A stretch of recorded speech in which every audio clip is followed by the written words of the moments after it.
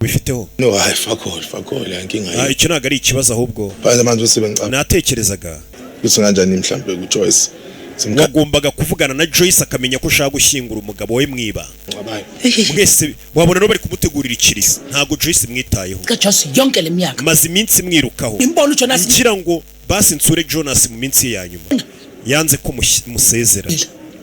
nanjye rusine mubwira sasa uyu mugore esi yateguye gushyingura Jonas wenyine ba Joyce batabazi n'abandi bantu umuryango batabizi nanene Sleti sutu twari tukuzana ikote ry'umugabo wanjye utayigqoke mayise fihla turagira ngo muri mushyingure kwiki yini ikibazo ki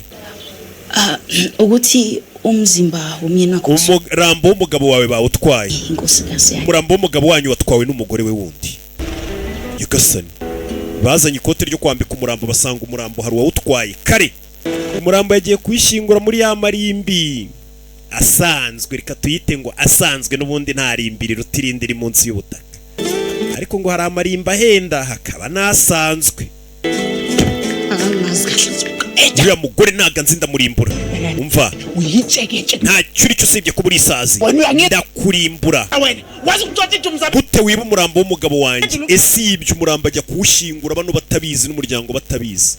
dore umurambo bawujyanye kuwushingura muri ya marimbi ya make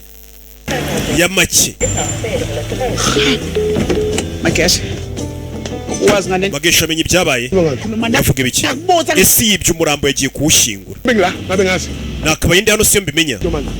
Yagasani we Sara ari kwitaba oya ntago ari kwitaba umurambo bawutwaye bano bari bateguye ikiriyo cy'abakire none umwe mu bagore buyuriye mugabo bakene yagiye kumushinguza ahandi hantu Joyce yehlisa umoya zozophatha Joyce tuza umutima utanagufata erishe nabafaza abaningi reba ukuntu barwanira umurambo kandi umugabo ari muzima ntibamurwaniraga umurambo bura nimba ushaka gukundwa n'abantu bose gerageza upfe nibwo abantu bagukunda bakaguhinda byo udinde thuzi lokufa angiyukwesaba ngoba yena unami uvumeleni